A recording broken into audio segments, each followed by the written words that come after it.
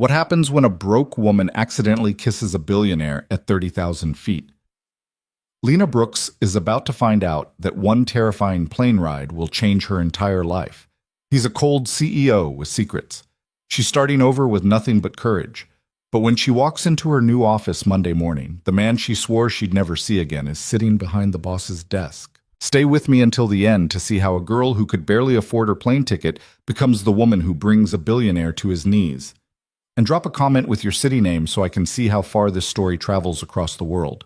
The fluorescent lights of LaGuardia Airport buzzed overhead like angry insects. Lena Brooks stood frozen at gate 47, staring at the jetway that led to her future. Or her failure. She wasn't sure which yet. Her entire life fit into one battered suitcase with a broken wheel and a backpack she'd bought at a thrift store for $6. Inside that backpack was everything that mattered. Her laptop that took 5 minutes to boot up, a folder with her new employment contract, $47 in crumpled bills, and a granola bar she was saving for when the hunger got too loud to ignore. She'd spent her last decent money on this ticket. Final boarding call for Flight 2847 to New York JFK, the gate agent announced, her voice clipped and impatient. Lena's hands were shaking. She gripped the straps of her backpack tighter, trying to steady herself. 29 years and 11 months of life, and she'd never been on a plane. Never had a reason to. Never had the money. Growing up in a town where ambition went to die, where her mother cleaned houses and her father drank away anything that resembled hope, flying had seemed like something other people did. Rich people. Lucky people. Not her. But here she was, holding a boarding pass that felt like a golden ticket and a death sentence rolled into one. The new job was real. She'd triple-checked the offer letter, Googled the company obsessively, even called their HR department twice to make sure it wasn't some elaborate scam. Coal Industries. A tech giant. They wanted her as a junior data analyst. The pay was more than she'd ever made in her life, which wasn't saying much considering her previous job was waitressing at a truck stop diner that smelled like burnt coffee and defeat. "Miss, you need to board now," the gate agent said, and there was something in her tone that made Lena feel small, like she could tell just by looking that Lena didn't belong in airports, didn't belong on planes, didn't belong anywhere near the life she was trying to build. Lena walked forward. Her cheap sneakers squeaked on the polished floor. The jetway was a narrow tunnel that smelled like jet fuel and recycled air. Each step felt heavier than the last. What if the plane crashed? What if she got to New York and realized she couldn't do the job? What if they took one look at her secondhand blazer and scuffed shoes and realized they'd made a terrible mistake? What if? What if? What if? The questions chased themselves around her brain like dogs after their own tails. "Welcome aboard," a flight attendant said with a smile that didn't reach her eyes. She glanced at Lena's boarding pass. "You're in 12A, window seat, left side."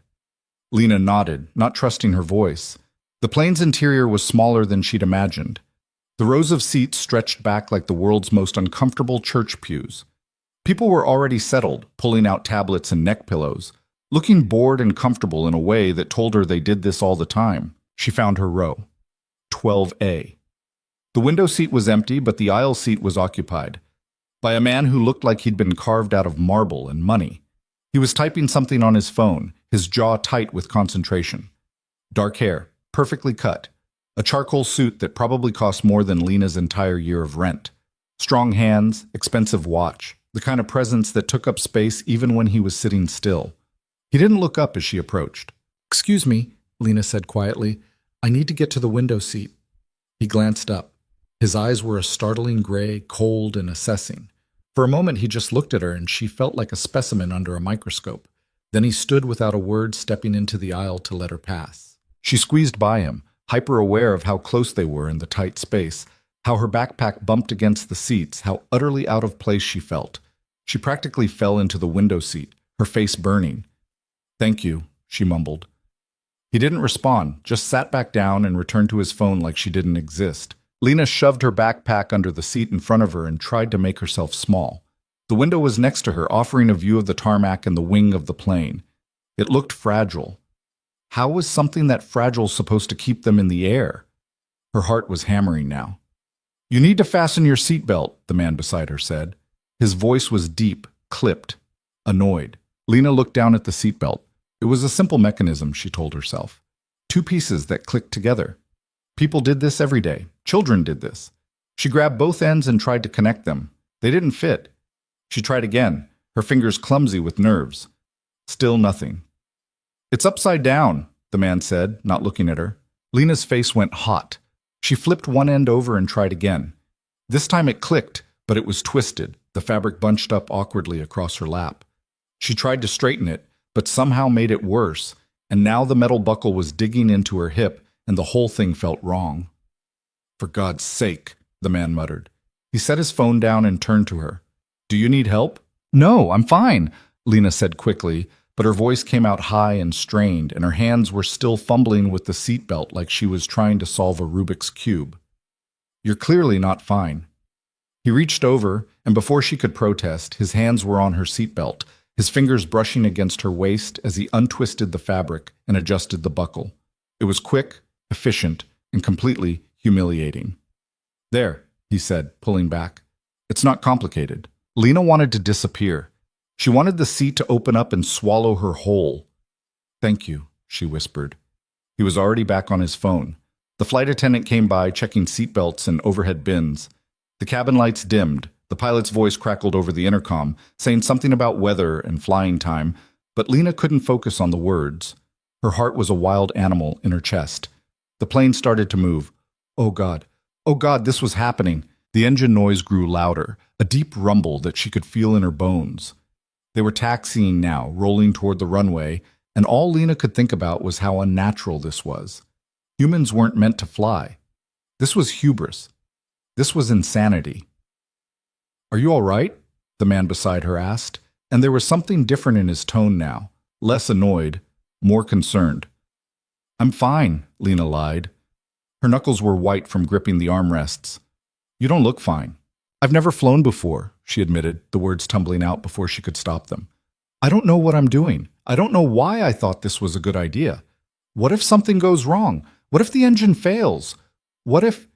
Statistically, flying is safer than driving, he said, cutting off her spiral. You're more likely to die in a car accident on the way to the airport than on this plane. That's not as comforting as you think it is. The corner of his mouth twitched. It wasn't quite a smile, but it was close. First time flying, and you're doing it alone. I don't really have a choice. She didn't know why she was telling him this. Maybe because he was a stranger and she'd never see him again. Maybe because the fear had cracked her open and the truth was spilling out. I got a new job. In New York. I had to take it. It's my only shot at something better. He studied her for a moment and she couldn't read his expression. What kind of job? Data analyst for a tech company. Which company? Coal Industries. Something shifted in his face, but before she could identify it, the plane turned onto the runway and the engine noise became a roar. Lena's breath caught. This was it. This was really happening. Look at me, the man said, and his voice cut through her panic. She turned to him, her eyes wide. You're going to be fine. The takeoff is the worst part, and it only lasts a minute. Just breathe. I am breathing. No, you're hyperventilating. There's a difference. He kept his eyes on hers, steady and calm. In through your nose, out through your mouth. Slowly. She tried. It didn't really work. The plane was accelerating now faster and faster, and she could feel the wheels lifting off the ground, and oh God, they were in the air. Nothing but air, nothing holding them up except physics and prayer. Her hand shot out without thinking, grabbing onto something solid. His hand. She realized what she had done a second too late. She was holding hands with a complete stranger, squeezing hard enough to probably cut off his circulation, but he didn't pull away. His hand was warm and strong, and he let her hold on. You're doing great, he said quietly. The plane climbed higher. Her stomach dropped. The ground fell away below them, buildings becoming toys, cars becoming ants. It was terrifying and beautiful and completely surreal. And then they were above the clouds, the sky opening up into an endless blue, and the plane leveled out. Lena slowly released her death grip on his hand. I'm sorry, she said, mortified. I didn't mean to... It's fine. I'm not usually this much of a disaster. Could have fooled me, he said, but there was the faintest hint of amusement in his voice. She risked a glance at him. He was looking at her differently now, like he was actually seeing her instead of just tolerating her presence. His eyes weren't cold anymore. They were curious. "I'm Lena," she said. "Lena Brooks." He hesitated just for a second. "Adrian. Thank you for not making me feel like a complete idiot, Adrian. You made yourself feel like an idiot just fine without my help." She laughed, despite herself, a short, surprised sound. "Wow, brutal honesty. I don't see the point in lying." The seatbelt sign dinged off. People around them started moving, pulling out laptops and books, settling in for the flight. Lena felt herself starting to relax, the adrenaline slowly draining away. "So," Adrian said, "data analyst. Are you any good?" "I don't know yet," Lena admitted. "I guess I'll find out." That's a refreshing answer. Most people would oversell themselves. I don't have enough to oversell. She pulled her backpack out from under the seat, digging around for the granola bar. Her stomach was starting to unknot, and hunger was creeping in.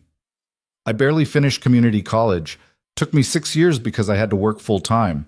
I taught myself most of the programming and analytics stuff online. This job is way above my experience level. They probably hired me because I was cheap." She didn't know why she was being so honest. Maybe because he was a stranger.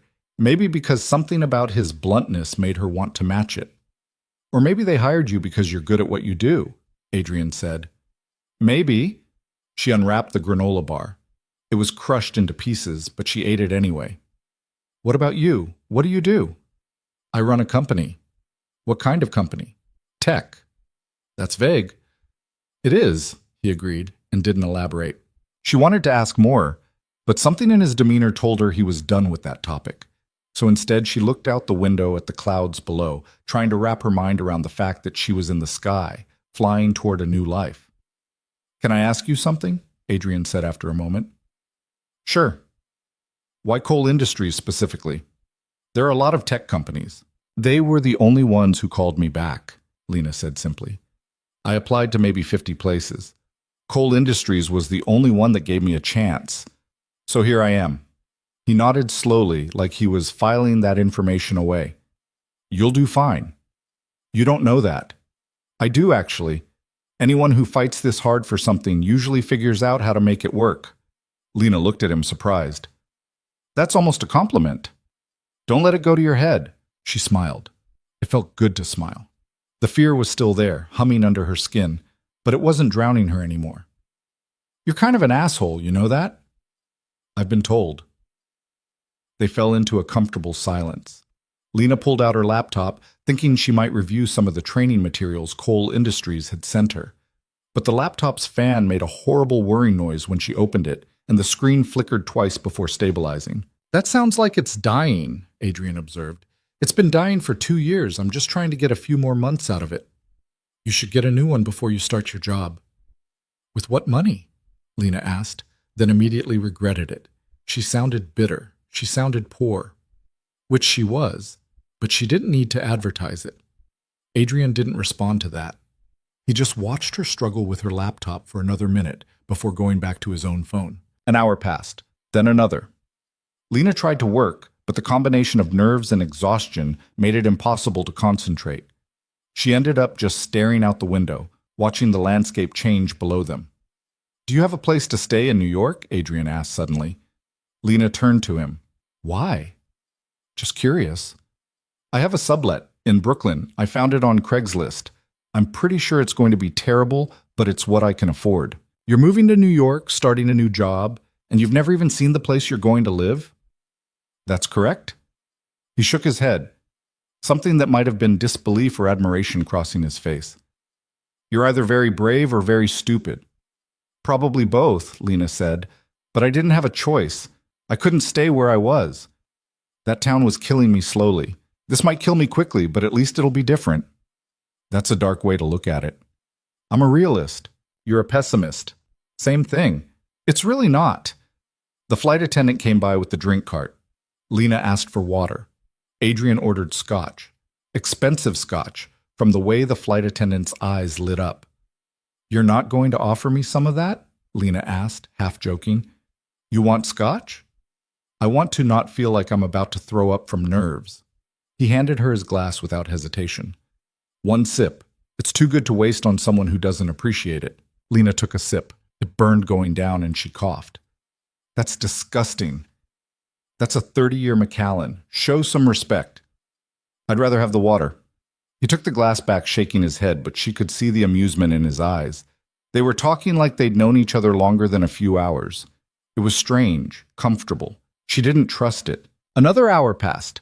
The sun was starting to set outside the window, painting the clouds in shades of orange and pink.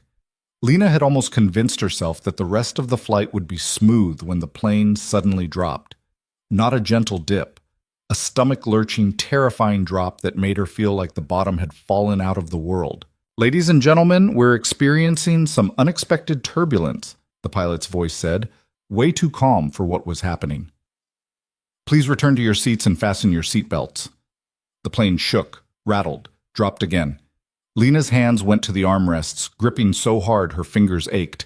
Her breath was coming fast and shallow. This was it. This was how she died. On her first flight, before she even got to try at her new life. Lena, Adrian said, and his voice was steady, grounding. Look at me. She couldn't. She was frozen, staring at the window as the plane bucked and swayed. Lena. His hand covered hers on the armrest. This is normal. Turbulence happens. The plane can handle it. We're going to crash, she said, and her voice was shaking. We're not going to crash. The plane dropped again, and this time Lena made a sound that was half gasp, half sob. She turned away from the window, toward Adrian, and she didn't think. She just moved. She grabbed onto him like he was the only solid thing in a world that was falling apart. And he let her. His arms came around her, strong and sure, and she pressed her face against his chest, trying to block out the sounds of the plane groaning and the overhead bins rattling and the other passengers gasping. You're okay, he said quietly, and one of his hands moved to the back of her head, holding her steady. I've got you. You're okay. The turbulence went on forever. Or maybe it was only a minute. Lena couldn't tell. Time had stopped meaning anything. All she knew was that she was shaking, and Adrian was holding her, and his heartbeat was steady against her ear. And then the plane stopped shaking. The turbulence passed as suddenly as it had started. The cabin lights brightened. The pilot came back on the intercom, apologizing for the rough patch, saying they were clear now. Lena pulled back slowly, reality crashing down on her. She'd just thrown herself at a stranger. She was practically in his lap. His arms were still around her. I'm sorry, she stammered, pulling away completely. I didn't mean to. It's fine, Adrian said, but his voice sounded different, rougher. She looked up at him, and their faces were inches apart. She could see the exact moment everything changed, when concern shifted into something else, something heated and complicated and utterly inappropriate. His eyes dropped to her mouth. She should move. She should pull back. She should do anything except lean closer. But she leaned closer, and he met her halfway. The kiss was not soft. It was not gentle. It was desperate and messy and fueled by adrenaline and fear and something neither of them wanted to name. His hand was in her hair, and her fingers were twisted in his shirt. And for a few heartbeats, the entire world narrowed down to this moment, this connection, this complete and utter insanity. Then someone coughed. The flight attendant was standing in the aisle, her eyes wide, her mouth pressed into a thin line of disapproval. Lena jerked back like she'd been electrocuted. Her face was on fire. Oh God, what had she just done? She'd kissed a stranger. On a plane, in front of people. I need to...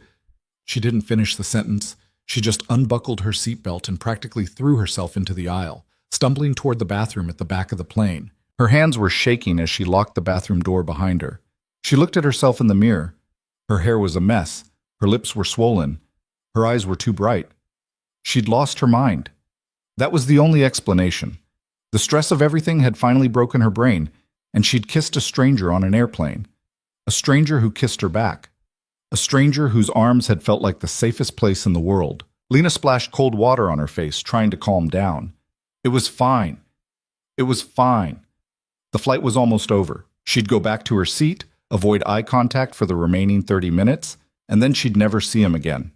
It would become a weird, embarrassing story she'd never tell anyone.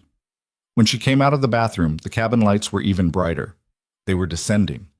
The flight attendants were preparing for landing. She made her way back to her seat, keeping her eyes down. Adrian was looking out the window, his expression unreadable. She sat down without saying anything, buckling her seatbelt with trembling fingers. Neither of them spoke. The plane descended through the clouds. The lights of New York appeared below, a sprawling galaxy of buildings and bridges and possibilities. It should have been exciting. It should have been the moment Lena felt like her life was beginning. Instead, all she felt was mortified. The wheels touched down with a jolt. The plane taxied to the gate. The seatbelt sign turned off, and people immediately started standing, grabbing bags from overhead bins, crowding the aisles. Lena stayed in her seat until the last possible moment. When she finally stood, Adrian was already in the aisle, pulling down a sleek leather bag from the overhead bin. "Lena," he said. She didn't look at him. "I have to go." "Wait." But she was already moving, pushing past him, weaving through the crowd of passengers. She didn't look back. She couldn't.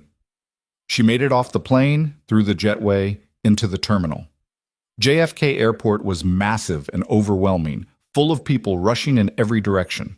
Lena let herself be swept up in the crowd, putting as much distance as possible between herself and Gate 47. Her phone buzzed. A text from the property manager of her sublet, sending her the address and door code. "Welcome to New York," it said. Lena shouldered her backpack, grabbed her suitcase with the broken wheel, and walked toward the exit. She'd just survived her first flight. She'd just started her new life.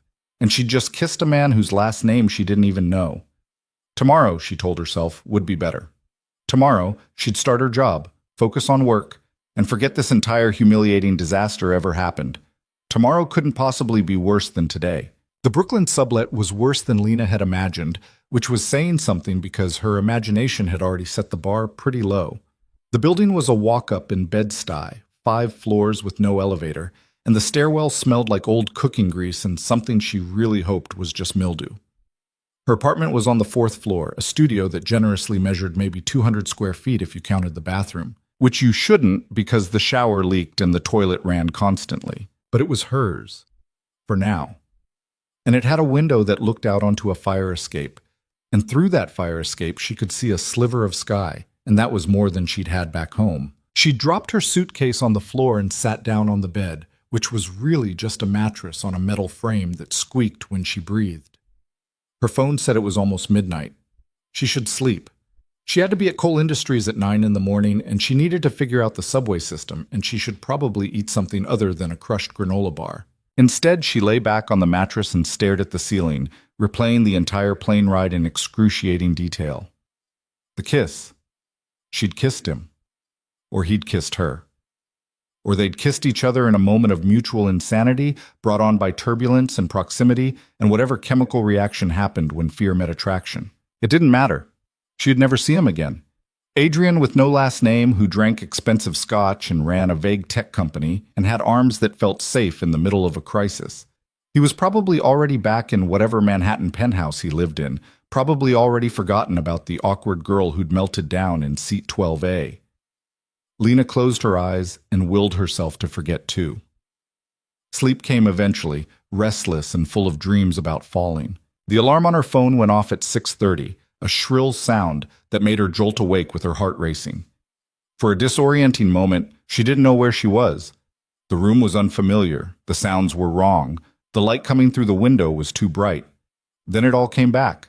New York, new job, new life. She dragged herself out of bed and into the shower, which was exactly as disappointing as it looked. The water pressure was pathetic, and the temperature fluctuated wildly between scalding and freezing, but she managed to wash her hair and feel slightly more human. Her interview outfit was wrinkled from being stuffed in her suitcase, but she did her best with it. Black pants that were a little too big, a white blouse that was a little too small, and the thrift store blazer that had seen better days. She looked at herself in the cracked mirror above the bathroom sink and tried to see what Cole Industries had seen when they hired her. She mostly just saw someone who was terrified. The subway was a nightmare of confusion and too many people, and not enough signs that made sense. Lena got on the wrong train twice before finally figuring out that she needed the C to the E to get to Midtown. By the time she emerged at 53rd Street, she had 7 minutes to get to the office. Cole Industries occupied 15 floors of a glass tower that looked like it cost more than Lena's entire hometown. The lobby was all marble and modern art, and a reception desk that stretched for what felt like a city block. Lena walked in, her sneakers squeaking on the polished floor, feeling like an imposter. "Can I help you?" the receptionist asked. She was impossibly beautiful, with perfect hair and perfect makeup, and a smile that was professionally polite and personally dismissive. "I'm Lena Brooks. I'm starting today. Data analyst." The receptionist typed something into her computer. 15th floor. Check in with HR. The elevator ride up was silent except for the quiet jazz playing through hidden speakers. Lena watched the floor numbers climb and tried to calm her racing heart. She could do this. She'd fought too hard to get here to fall apart now. The 15th floor was open concept, all glass walls and standing desks, and people who looked busy and important. HR was a woman named Monica, who had a clipboard and a smile that was slightly more genuine than the receptionist's. "Lena Brooks, welcome," Monica said, shaking her hand. "You're right on time. Let me get you set up with your badge and your workstation, and then we'll do the orientation." The next 2 hours were a blur of paperwork and building tours and introductions to people whose names Lena immediately forgot. Her workstation was a desk in a pod with 3 other analysts, all of whom looked younger than her and infinitely more confident. They nodded politely when Monica introduced her, then went back to their screens. "You'll be working under the data infrastructure team," Monica explained, pulling up something on Lena's new computer. "Your manager is David Chen. He's in meetings this morning, but he'll check in with you this afternoon. For now, just get familiar with the systems. Your login credentials are here." Monica handed her a packet of information and left. Lena sat down at her desk, staring at the computer screen. The chair was ergonomic and expensive. The monitor was huge. Everything was new and clean, and so far beyond what she was used to that she felt like she'd wandered onto a movie set. "First day?" the guy at the desk next to hers asked. He was maybe 25, with messy hair and glasses and a coffee mug that said, "I void warranties." "That obvious?" Lena asked. "You have that deer in headlights look. I'm Marcus." "Lena. Where'd you come from?" "Missouri, small town. You wouldn't know it. And now you're here. That's a hell of a jump." "Tell me about it." Marcus grinned. "You'll be fine. The work's not that bad once you figure out the systems. And if you need anything, just ask. Well, don't ask Trevor." He nodded toward one of the other analysts, a guy in a button-down shirt who was typing with the aggressive intensity of someone very angry at his keyboard. "He's an asshole, but the rest of us are okay." "Good to know." Lena spent the rest of the morning trying to navigate the company's database systems and feeling progressively more lost. Everything was more complex than she'd anticipated, layers upon layers of security protocols and data structures that didn't match anything she'd taught herself online. By lunch, she had a headache and a growing sense that she was in way over her head. She ate a sandwich from a deli across the street, sitting on a bench in a small plaza between buildings, watching New Yorkers rush past with their important lives and their purpose. She didn't feel like she belonged here. She felt like a kid playing dress-up. When she got back to her desk, there was an email waiting. Company-wide meeting at 2 p.m. Attendance mandatory. Conference room on the 20th floor. "What's this about?" Lena asked Marcus. He looked at his own email and shrugged. "Probably some corporate thing, new quarter goals or whatever. Cole likes to do these big presentations sometimes." "Cole?" "Adrian Cole, the CEO. You know, the guy who runs this whole place?" Lena's stomach dropped. "Adrian Cole? Yeah, he's kind of a legend. Built this company from nothing. Now it's worth billions. He's also supposedly a nightmare to work for, but I've never actually met him. He stays up on the executive floors mostly." Lena couldn't breathe. Adrian Cole. The man from the plane was Adrian Cole, the CEO, her boss. The man she'd kissed in a moment of turbulence-induced insanity. "You okay?" Marcus asked. "You look like you're going to pass out." "I'm fine," Lena lied. "Just low blood sugar." She was not fine. She was the opposite of fine. She was catastrophically, apocalyptically not fine. At 1:55, she followed the stream of employees heading to the 20th floor. The conference room was enormous, with floor-to-ceiling windows overlooking the city and enough chairs for maybe 100 people. Lena found a seat in the back, trying to make herself invisible. The room filled up. People chatted, checked their phones, grabbed coffee from the station set up in the corner. Lena kept her eyes down, her heart hammering. At exactly 2 o'clock, The door at the front of the room opened. Adrian Cole walked in. He looked different than he had on the plane.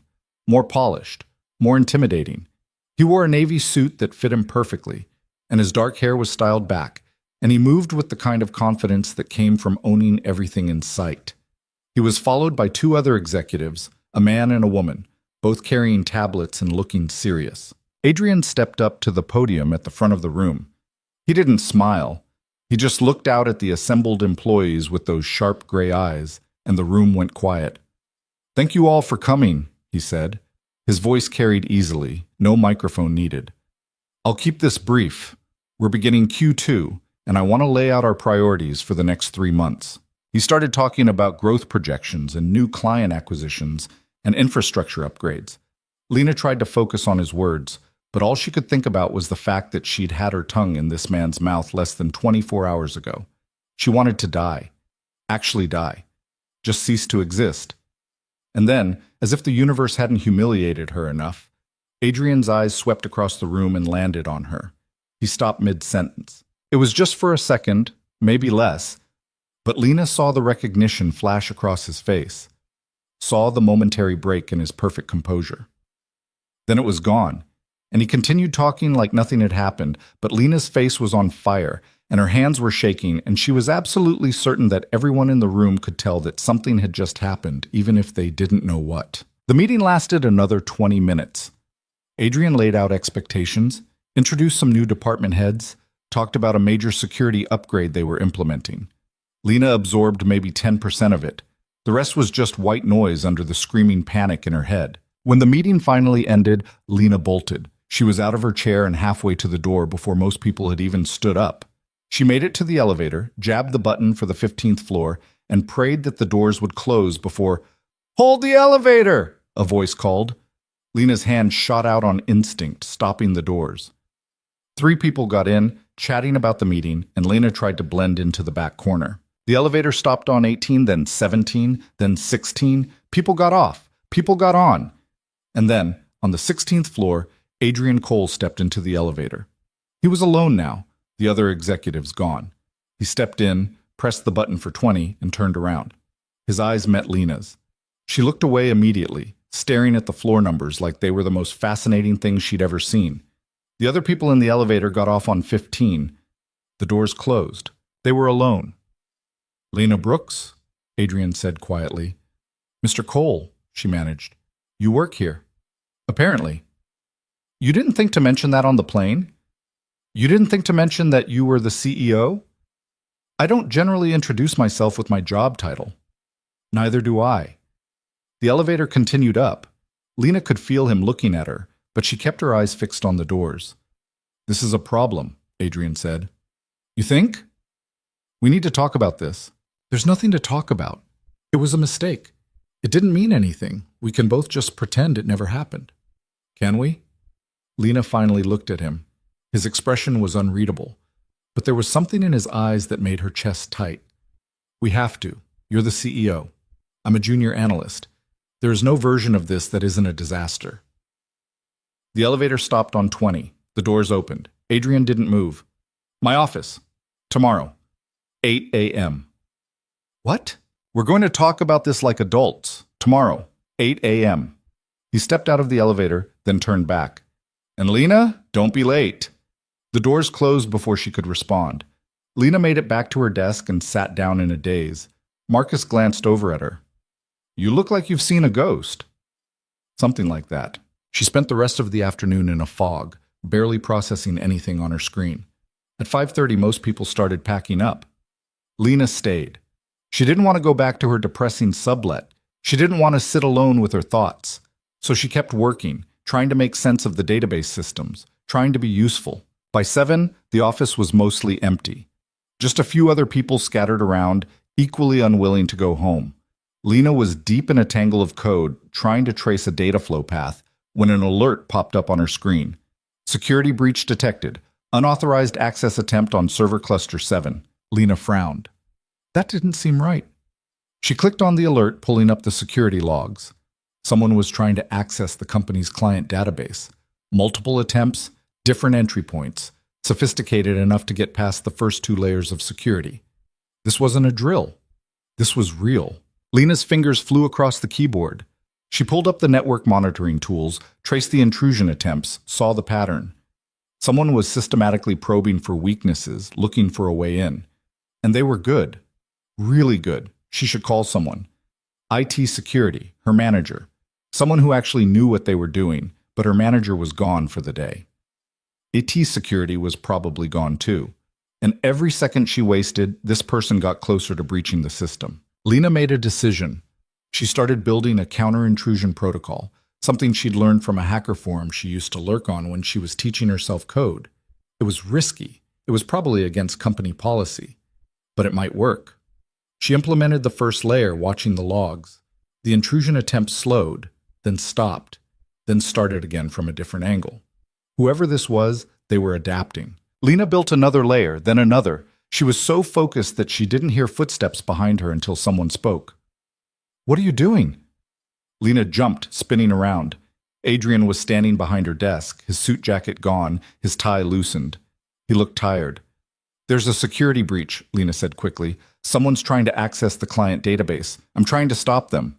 Adrian moved closer, looking at her screen. "Why didn't you call IT? It's after 7.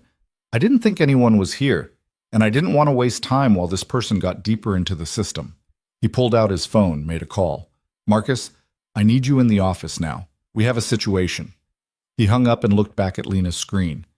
"Show me what you're doing." Lena walked him through it, explaining the intrusion pattern, the countermeasures she'd built, the vulnerabilities she'd identified. Adrian listened, his expression intense, asking sharp questions that told her he actually understood what she was talking about. "This is good work," he said finally, "but you're treating the symptoms, not the cause. They're going to keep probing until they find a weakness." "I know. I'm trying to reinforce the weak points, but there are too many." "Then don't reinforce them. Lock them down completely." He leaned over her keyboard, his arm brushing against hers, and typed a series of commands that brought up a different part of the system.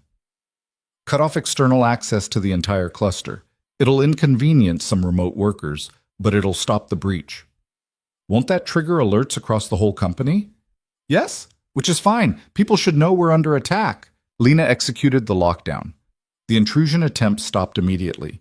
Her screen lit up with alerts, notifications, messages from automated systems flagging the sudden change. Adrian's phone started ringing. He ignored it. "How did you spot this?" he asked. "I was just working late, and the alert popped up. I thought it might be a false alarm, but when I checked the logs, the pattern was too consistent." "And you know how to build counter-intrusion protocols? Because I taught myself. Online forums, hacker communities, YouTube tutorials.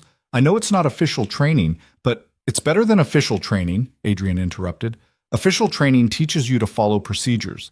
What you did was creative problem solving under pressure." Lena didn't know what to say to that. She was very aware of how close he was standing, how she could smell his cologne, how his presence made the air feel charged. The elevator dinged. A man in his 40s rushed out, slightly out of breath. He had ET security written all over him. "What's going on?" he asked, heading straight for them. "Someone tried to breach server cluster 7, Adrian said. Lena caught it and locked them out." The security guy, Marcus, apparently not the same Marcus from her pod, looked at Lena with surprise. "You caught it?" "I was just here," Lena said. "I saw the alert." "Can you pull up the logs for me?" Lena did. Marcus, the security guy, spent the next 10 minutes reviewing everything, muttering to himself, occasionally asking Lena questions about what she'd seen. Finally, he looked up at Adrian. "This was a serious attempt, sophisticated. If she hadn't caught it when she did, they might have gotten in." "Can you trace them?" Adrian asked. "I can try. It'll take time. They were routing through multiple proxies." "Do it. And I want a full security audit by the end of the week. Every system, every access point, no exceptions." "Yes, sir." Marcus left. The office was quiet again. Adrian turned back to Lena. "You saved the company a lot of trouble tonight." "I just did what made sense." "Most people wouldn't have known what made sense. They would have panicked or ignored it or made it worse." He paused. "You're better than your resume suggested." "Is that a compliment?" "It's an observation." Lena stood up from her desk. Her legs were shaky from the adrenaline crash.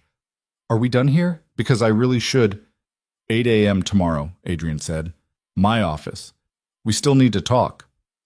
About what happened on the plane. Among other things, yes. What other things? You'll find out tomorrow.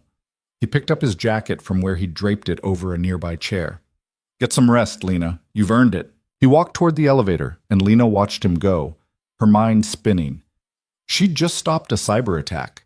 She'd just had a conversation with the CEO that didn't end in complete humiliation. She'd just been told she was better than expected. And tomorrow, she had to sit in his office and talk about the kiss. Lena grabbed her bag and headed for the elevator. The subway ride back to Brooklyn was packed with people heading home from late shifts and evening plans. Lena stood in the corner of the car, holding onto a pole, replaying everything that had just happened. When she got back to her sublet, she heated up a cup of instant ramen and ate it sitting on her squeaky bed, staring at her laptop screen. She should sleep. She should prepare for tomorrow's conversation. She should do literally anything productive. Instead, she Googled Adrian Cole. The results were extensive.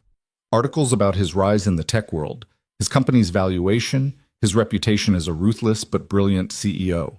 Photos from charity galas and business conferences, always looking sharp and controlled. A few gossip pieces speculating about his personal life, which he apparently kept extremely private. And then, buried several pages deep, an article from 3 years ago. Tech CEO Adrian Cole files for divorce. Lena clicked on it. The details were vague, protected by legal language and NDAs, but the basics were there. He'd been married to someone named Victoria Ashford, a marketing executive. The marriage had ended badly, no kids mentioned. Lena closed her laptop. It was none of her business. His personal life was none of her business. The kiss was a mistake, and tomorrow they would have an awkward conversation about maintaining professionalism, and then they would both move on. Except she couldn't stop thinking about the way he'd looked at her in the elevator, the way his voice had gone rough when he said her name, the way he'd stood close to her while they dealt with the security breach, like the proximity was natural. She was reading into things. She was creating problems that didn't exist. Lena forced herself to get ready for bed. She set 3 alarms on her phone, all for 6 a.m., because she could not be late tomorrow. She lay down on the mattress, pulled the thin blanket up to her chin, and stared at the ceiling. Tomorrow was going to be a disaster. She could feel it. But at least she'd saved the company's data tonight. At least she'd proven she could do something right. That had to count for something. Sleep came eventually, restless and full of dreams where she was falling and Adrian was catching her over and over, and she never quite figured out if she wanted him to or not. The alarms went off at 6, harsh and unforgiving. Lena dragged herself through another terrible shower, put on her second-best outfit, which was somehow worse than her first-best outfit, and made it to the subway with enough time to grab coffee from a cart on the street. The coffee was bad, but it was hot and caffeinated, and that was all that mattered. She made it to Cole Industries at 7:45. The executive floor was quiet, just a few assistants setting up for the day. Lena stood in front of the door to Adrian's office, holding her terrible coffee, trying to gather courage. At exactly 8 a.m., the door opened. Adrian stood there looking at her with an expression she couldn't read. You're on time. You told me not to be late. Come in. His office was enormous, all glass and steel and a view of the city that probably cost more per month than Lena's entire sublet. There was a massive desk, a sitting area with a leather couch, and walls covered in screens showing what looked like real-time company data. Adrian gestured to the sitting area. Sit. Lena sat on the edge of the couch, still holding her coffee like a shield. Adrian sat in the chair across from her, leaning back, studying her. So, he said, let's address the obvious. The kiss, Lena said flatly. The kiss. It was a mistake. I was scared, you were there, the turbulence happened, and my brain short-circuited. It didn't mean anything. Is that what you think? That's what I know. Adrian was quiet for a moment. You're right that it was a mistake. You're right that it complicates things. But you're wrong that it didn't mean anything. Lena's throat went dry. What are you saying? I'm saying that I haven't been able to stop thinking about it. About you. Which is a problem, because you work for me, and there are about 1,000 rules against this, and I don't do complicated. Then we agree it can't happen again. We do. So why am I here? Adrian leaned forward, his elbows on his knees.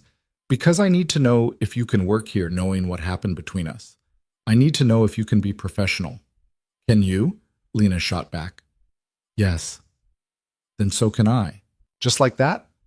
Just like that. Lena set her coffee down on the table between them. Look, I need this job. I fought too hard to get here to throw it away because of one stupid kiss. So yes, I can be professional. I can pretend it never happened. I can treat you like any other boss. Can you do the same? Adrian's eyes were locked on hers, and for a long moment, neither of them spoke. Then he nodded slowly. Yes. Good. But there's something else we need to discuss. What? What you did last night, stopping that security breach. That wasn't junior analyst level work. Lena shifted uncomfortably. I just did what I thought would help. You did what would have taken our security team hours to figure out, and you did it in minutes with no backup, using techniques that aren't part of any official training. Adrian stood up, walking to the windows. I want you moved to a different position. What? You're wasted in data infrastructure. I want you on the security team. Direct report to me. Lena's mind went blank. You want me to report directly to you? Yes. That's insane. Why? Because I've been here one day. Because I'm not qualified.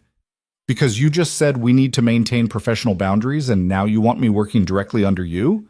Under me professionally, Adrian clarified. This isn't about what happened on the plane.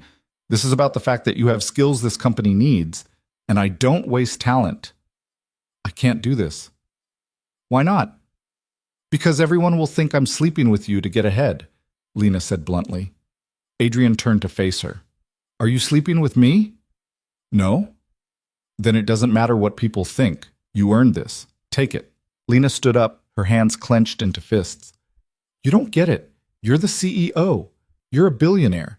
You can do whatever you want and people will justify it. I'm the poor girl from nowhere who got here on luck. If you promote me after one day, everyone will assume the worst. Let them. Easy for you to say.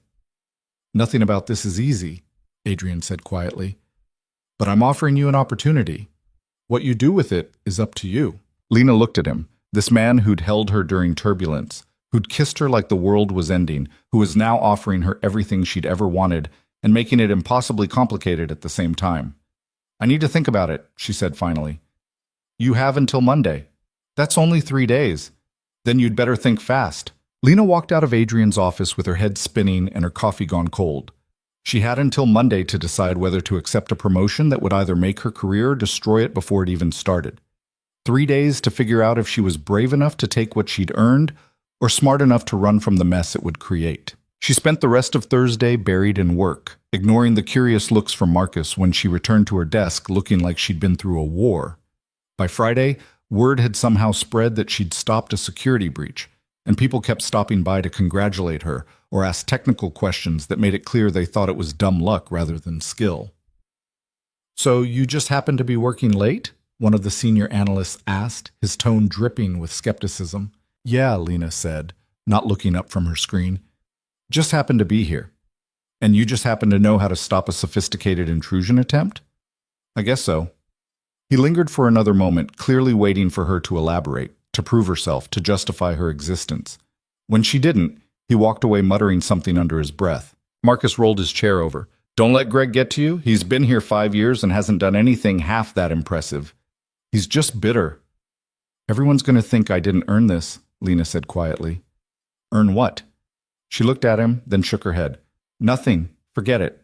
That evening, Lena sat in her sublet eating takeout pad thai that cost almost as much as her daily food budget, staring at her phone. She'd pulled up Adrian's promotion offer in her email, reading it over and over. The salary was double what she was making now. The title was Junior Security Analyst, direct report to CEO. The start date was Monday. She could change her life with one email. Yes or no. Accept or decline. Her phone buzzed, a text from a number she didn't recognize. Have you decided? A C, Lena stared at it. He'd gotten her number from HR, probably. Or maybe he just had access to everything because he was the CEO and this was his company and his world, and she was just trying not to drown in it. She typed back, still thinking. His response came immediately. Think faster. Why does it matter to you? Because I don't like wasting time, and you're wasting yours if you say no. Lena set the phone down and pressed her palms against her eyes. This was insane. All of it. She'd been in New York for 3 days, and her life had already spiraled into something unrecognizable. But maybe that was the point. Maybe you didn't change your life by playing it safe. Maybe you changed it by saying yes to the terrifying things. She picked up her phone and typed, "I'll take the job." 3 dots appeared, then disappeared, then appeared again. Finally, "Good, my office Monday, 7 a.m. We have work to do." Lena spent the weekend exploring Brooklyn, trying to orient herself in a city that felt too big and too fast and too expensive. She walked until her feet hurt, ate $8 pizza, and tried not to think about Monday. But Monday came anyway, relentless and unavoidable. She showed up at Adrian's office at 6:55 a.m. because she'd rather be early than give him any reason to question her commitment. His assistant wasn't in yet, but the door to his office was open. Adrian was already at his desk, reading something on his tablet, a cup of coffee steaming beside him. "You're early," he said without looking up. "You said 7. I said 7 because I knew you'd show up at 6:55. He set the tablet down and gestured to the chair across from his desk. "Sit. We need to go over your new responsibilities." For the next hour, Adrian walked her through what her role would actually entail. She'd be part of a small team responsible for identifying vulnerabilities in the company's systems before anyone else could exploit them. She'd have access to parts of the infrastructure that most employees never saw. And she'd report directly to him on anything that could pose a serious threat. "This isn't a promotion because I like you," Adrian said bluntly. "This is a promotion because you're good at what you do. Don't make me regret it." "I won't." "And Lena?" He looked at her directly, his gray eyes sharp. "What happened on the plane stays on the plane. Here, I'm your boss. You're my employee. Nothing else." "I know." "Do you?" "Yes," Lena said firmly. "I'm not going to make this complicated. I need this job more than I need anything else." Something flickered across his face, but it was gone before she could identify it. "Good. Then let's get to work." The next 3 weeks were brutal. Lena threw herself into her new role with an intensity that bordered on obsessive. She worked 12-hour days, sometimes longer, learning systems and protocols and security frameworks until her brain felt like it was going to leak out of her ears. Adrian was demanding, perfectionist, and apparently incapable of giving praise that wasn't wrapped in criticism. "This vulnerability assessment is incomplete," he said one afternoon, dropping a report on her desk. "I checked every system on the list you gave me," Lena protested. "You checked the obvious ones. What about the peripheral systems? The third-party integrations? The legacy databases that everyone forgets about until they become a problem? Those weren't on the list. Because I wanted to see if you'd think beyond the list." Lena grabbed the report back, her jaw tight. "So this is a test?" "Everything is a test. If you can't handle that, you're in the wrong job." He walked away before she could respond, and Lena sat there fuming, hating him a little bit, and hating herself more for caring what he thought. But she went back through the assessment, found the peripheral systems, and discovered 2 vulnerabilities that absolutely should have been caught months ago. When she submitted the revised report, Adrian read it in silence, then looked up at her. "Better." "That's it? Just better?" "What do you want, a trophy?" "I want to know if I'm doing this right." "You're doing it right. If you weren't, you wouldn't still be here." He handed the report back to her. "Implement the fixes by end of week." It was the closest thing to approval she'd gotten, and it shouldn't have felt as good as it did. By the end of the 3rd week, Lena had settled into a rhythm. She knew which coffee cart made the best breakfast sandwiches, which subway car was least crowded in the morning, and which of her coworkers were worth talking to, and which ones were just waiting for her to fail. She'd also learned that Adrian was at his desk by 6 every morning and rarely left before 8 at night, that he took his coffee black with no sugar, and that he had a kid he never talked about but sometimes got phone calls from that made his whole face change. She'd learned all of this by accident, just by proximity, and she tried very hard not to think about what it meant that she'd noticed. On a Tuesday in early May, Adrian called her into his office with an urgency that made her stomach drop. When she walked in, he was on the phone, speaking in what sounded like German, his tone clipped and frustrated. He waved her into a chair and continued the conversation for another minute before hanging up. Problem? Lena asked. Major problem. He leaned back in his chair, rubbing his temples. We're trying to close a deal with a tech consortium in Berlin. $1 billion contract. We've been negotiating for 8 months, and we're finally at the closing stage, but the lead investor is getting cold feet.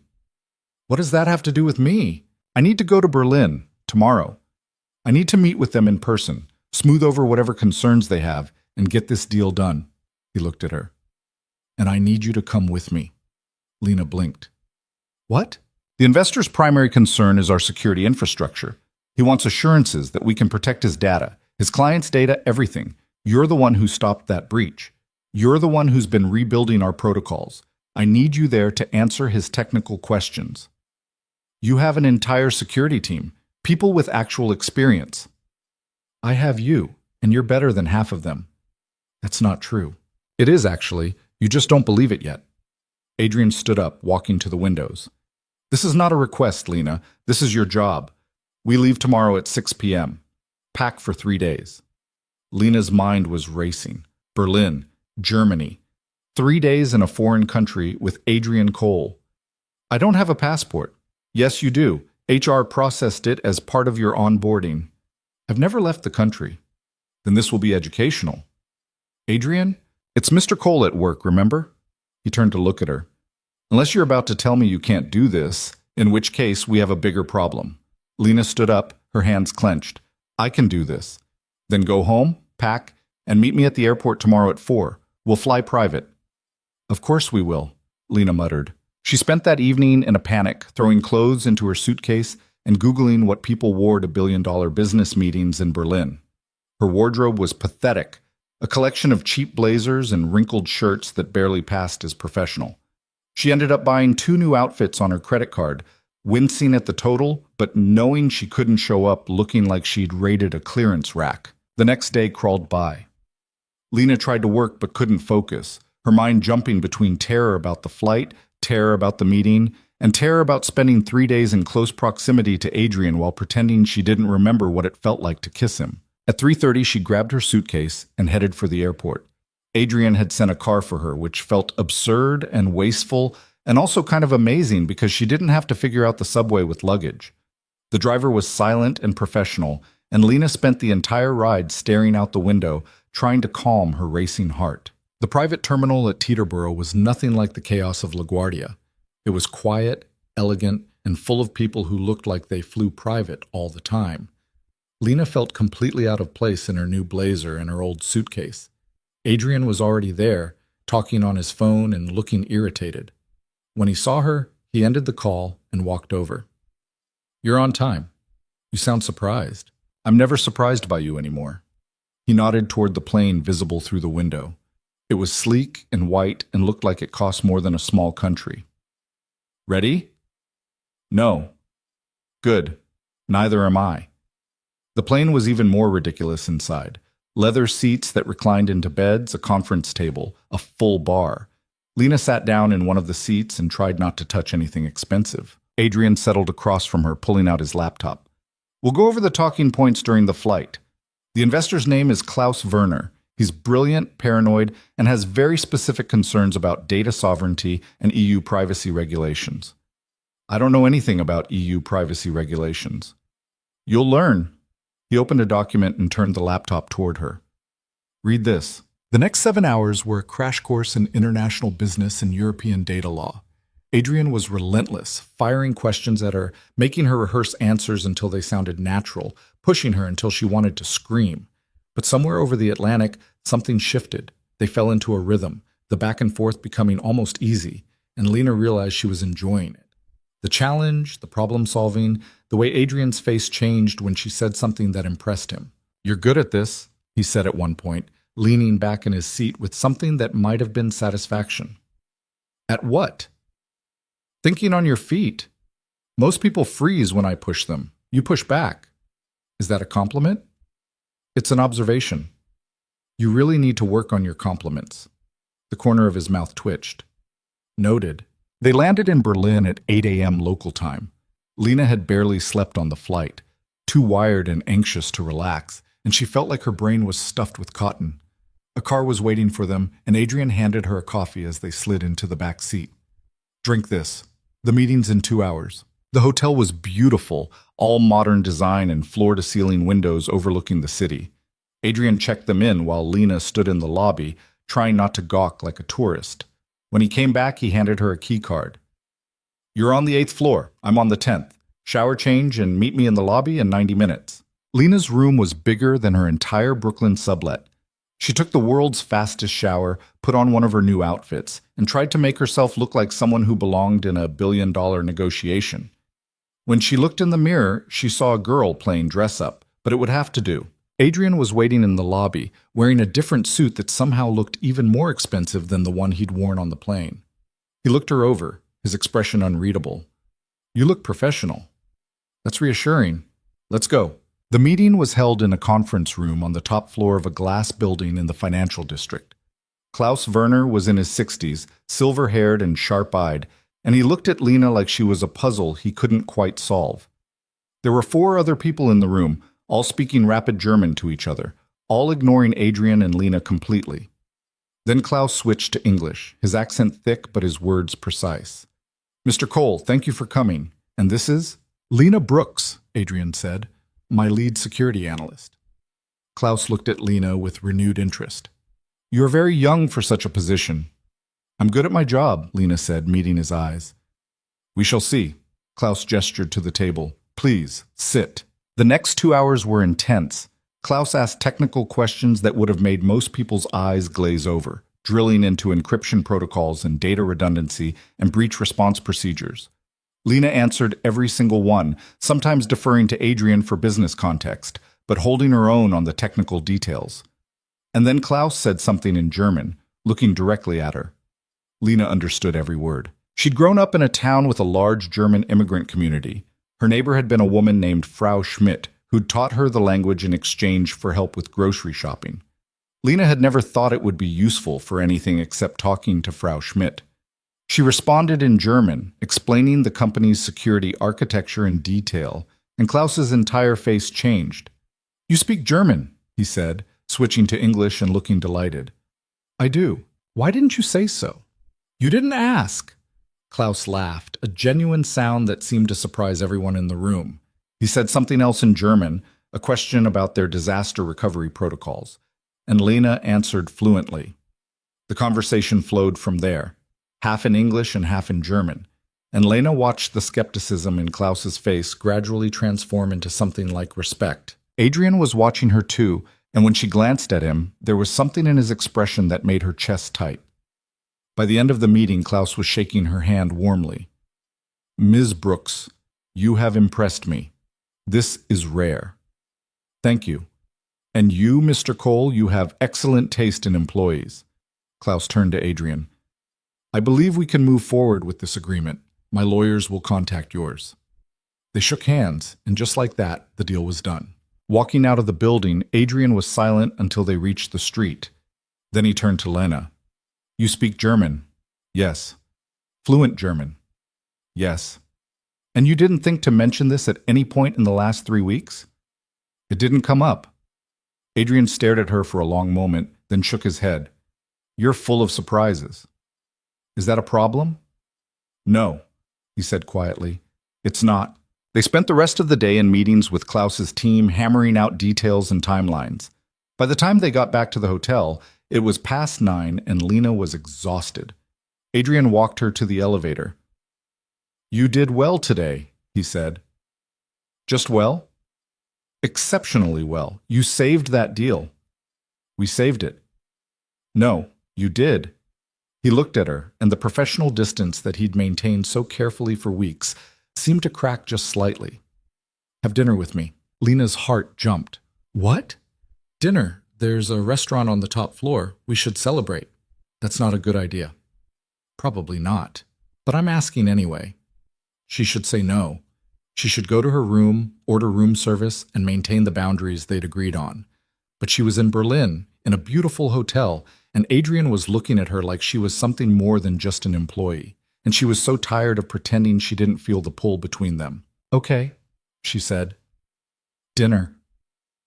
The restaurant was elegant and intimate, with soft lighting and a view of the city that took her breath away. They sat at a table by the window, and for the first time since they'd met, they talked without the weight of work between them.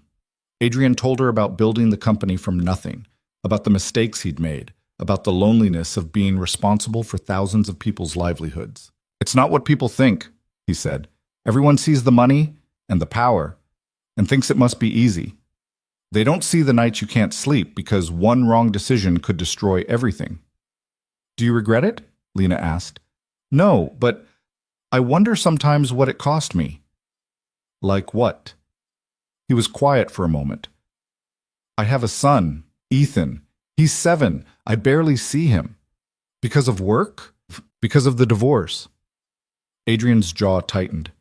"His mother has primary custody. I get him every other weekend, and some holidays if her schedule allows. Which it usually doesn't. That's terrible. It's what I agreed to. I thought if I didn't fight, it would be easier for him, less conflict. Turns out all it did was make me a stranger in my own kid's life." Lena reached across the table without thinking, putting her hand over his. "You're not a stranger. You're his father." Adrian looked down at her hand, then up at her face. "How do you do that?" "Do what?" "Make things sound simple when they're not." "I don't know. How do you make everything sound like a problem that needs solving?" He laughed, short and surprised. "Touché." They ordered food, drank wine, and talked about everything except work. Lena told him about growing up poor, about her mother who'd worked herself to exhaustion, about the town she'd left behind. Adrian listened like every word mattered, and somewhere between the second and third glass of wine, Lena forgot to be careful. "Can I ask you something?" she said. "Go ahead." "Why did you really bring me to Berlin? You could have brought anyone from the security team, someone with more experience." Adrian was quiet for a moment. "Because I trust you, and because I wanted to see if my instinct about you was right." "Was it?" "Yes." He leaned back in his chair, studying her. "You're the best hire I've made in years, Lena. Maybe ever." She didn't know what to say to that. The air between them felt charged, heavy with things neither of them was saying. When the waiter brought the check, Adrian paid without looking at it, and they walked to the elevator in silence. They stopped on her floor. Lena stepped out into the hallway, then turned back. "Thank you, for dinner, for bringing me here." "You earned it." She should walk away. She should go to her room. She should not stand there looking at him like she was waiting for something to happen. "Lena," Adrian said, and his voice was rough. "Don't," she said quietly. "We agreed. Professional boundaries." "I know what we agreed." "Then stick to it." He stepped out of this elevator, and suddenly they were inches apart in the empty hallway. "What if I don't want to?" "Adrian, tell me you don't feel this." "It doesn't matter what I feel. It matters to me." Lena's breath caught. She could see the exact moment he was going to kiss her, could have stopped it, should have stopped it. But when his hand came up to cup her face and his mouth found hers, she kissed him back. It was different than the plane. Slower. Deliberate. A choice they were both making with full awareness of how stupid it was. His other hand slid into her hair, and she grabbed onto his jacket, and for a few perfect moments nothing else existed except this. Then reality crashed back in. Lena pulled away, breathing hard. "We can't do this." "I know." "You're my boss." "I know." "This is exactly what we said wouldn't happen." "I know," Adrian said, and he sounded wrecked. "But I can't stop thinking about you. I haven't been able to since the plane. And tonight, watching you in that meeting, seeing you hold your own with Klaus, speaking German like it was nothing." He broke off. "You're extraordinary, Lena. Don't say things like that." "Why not?" "Because I'll start believing them." He kissed her again, softer this time, and Lena let herself have it for just a moment longer before she pulled away completely. "I have to go," she said. "Lena." "Good night, Adrian." She walked to her room without looking back, closed the door, and leaned against it, her heart racing. What had she just done? What had they just done? Her phone buzzed, a text from Adrian. "I'm sorry." She typed back, "Me too." Then, "Let's just forget this happened." His response took a long time. "If you can forget, you're stronger than me." Lena didn't respond. She got ready for bed, lay down in the too comfortable hotel sheets, and stared at the ceiling. This was a disaster. This was going to ruin everything. But when she closed her eyes, all she could think about was the way he'd looked at her in the hallway, like she was the only thing in the world that mattered. She was in so much trouble. The next morning was agony. They had breakfast with Klaus's team, all business and contracts, and carefully maintained professionalism. Adrian didn't look at her more than necessary, and when he did, his face was completely neutral. It should have been a relief. Instead, it felt like a wound. They flew back to New York that afternoon. The flight was quiet, both of them working on their laptops, maintaining careful distance. When they landed, Adrian's driver dropped Lena at her apartment first. "See you Monday," Adrian said, still not quite meeting her eyes. "Monday," Lena agreed. She hauled her suitcase up the 4 flights of stairs, unlocked her door, and dropped everything on the floor. Her apartment felt smaller than ever, dim and depressing after the Berlin hotel. She should unpack. She should eat something. She should do literally anything productive. Instead, she sat on her bed and let herself fall apart just a little bit. Monday morning came too fast. Lena arrived at work early, steeling herself for the awkwardness. But when she got to her desk, there was an envelope waiting for her. Inside was a handwritten note from Adrian. "Thank you for your work in Berlin. You made the impossible happen. AC." It was professional, appropriate, exactly what a boss would write to an employee who'd done well. It gave her absolutely nothing to hold on to. Lena crumpled the note and threw it away. The next 2 weeks were torture. She and Adrian maintained perfect professional distance, communicating mostly through emails and the occasional brief meeting where they talked about security protocols and system upgrades and never once mentioned Berlin. Lena threw herself into work with even more intensity, staying late, coming in early, doing anything to avoid thinking about how badly she'd messed up. And then, on a Thursday afternoon, everything fell apart. Lena was at her desk when Adrian's assistant appeared. "Mr. Cole needs to see you. His office. Now." The tone was strange. Urgent. Lena grabbed her laptop and headed upstairs, her stomach nodding. When she walked into Adrian's office, he wasn't alone. There was a woman there.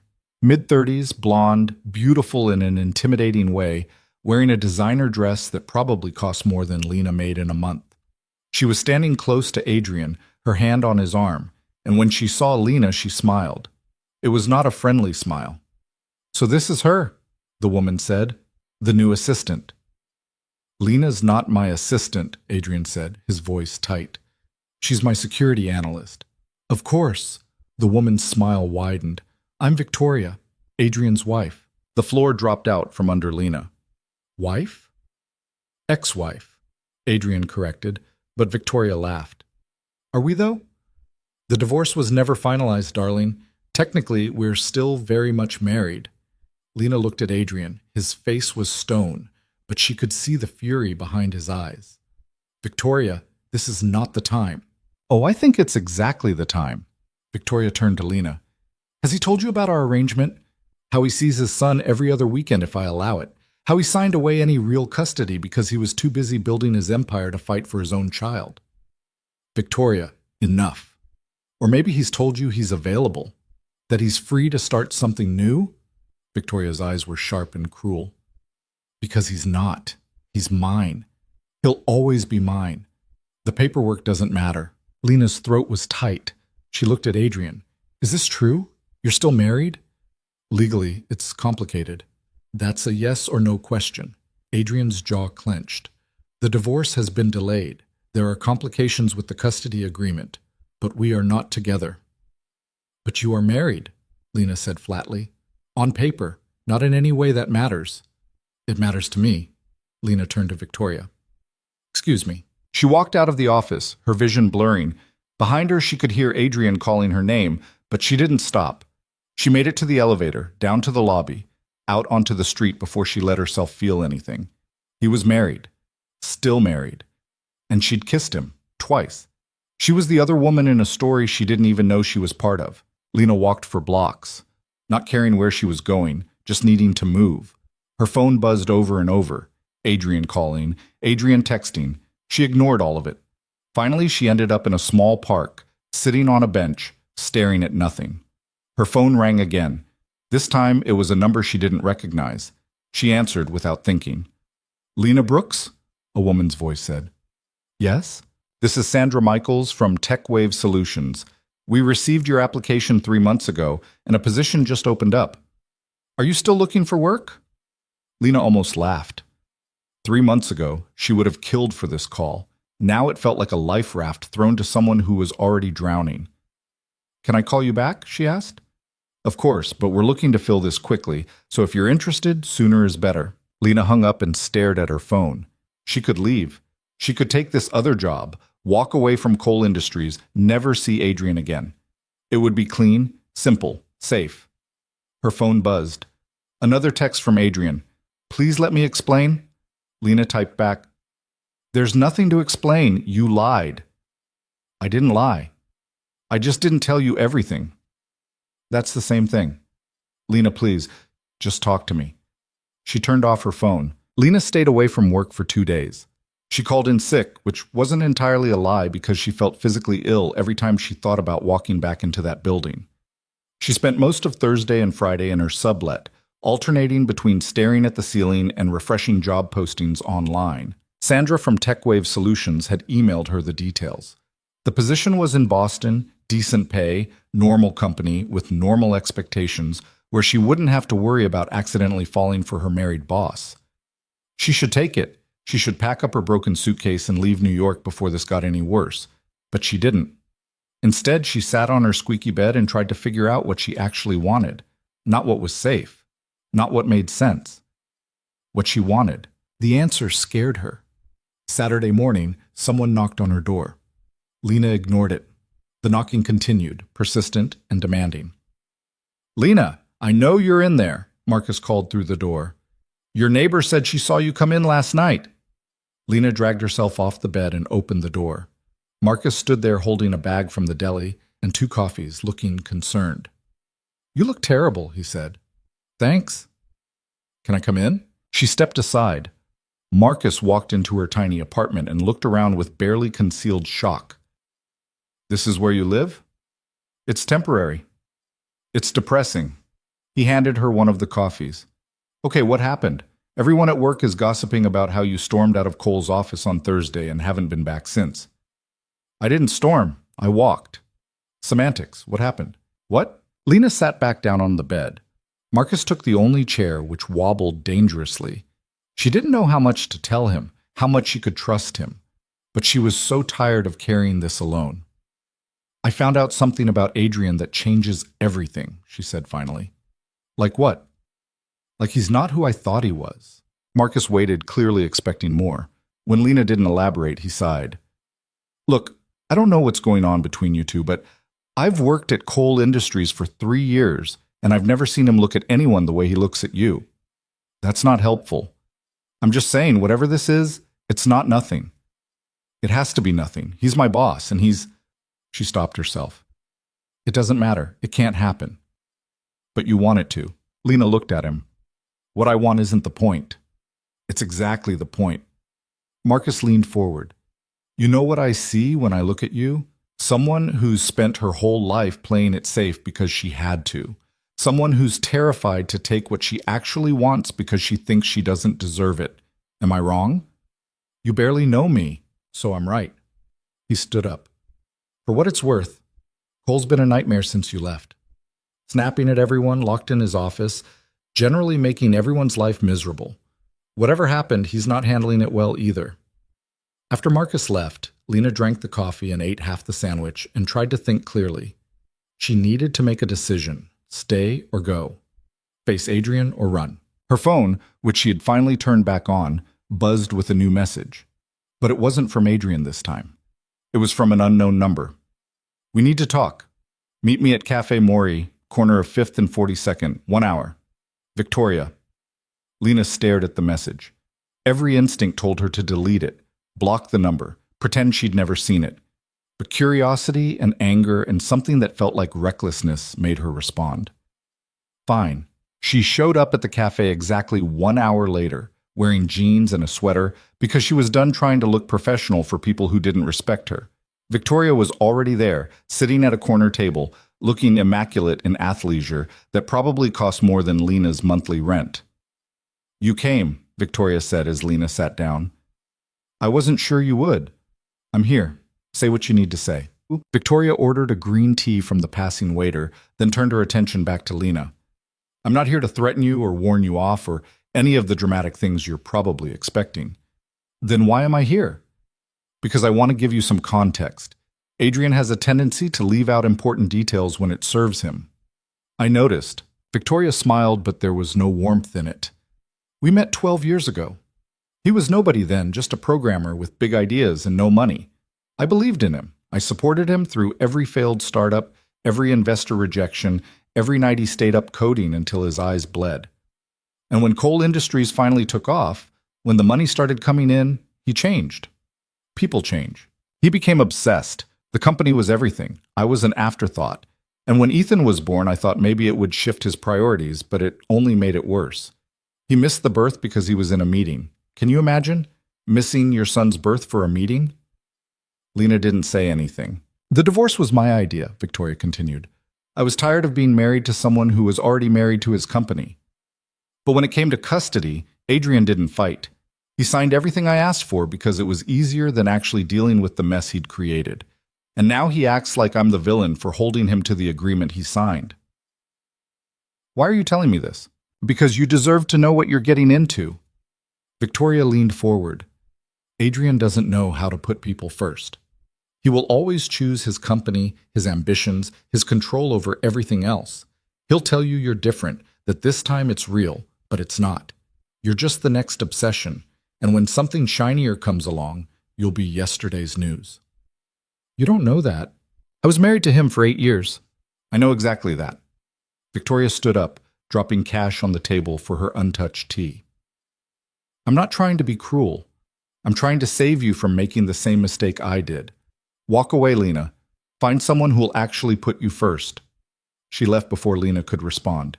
Lena sat there for a long time, Victoria's words echoing in her head. Was she right?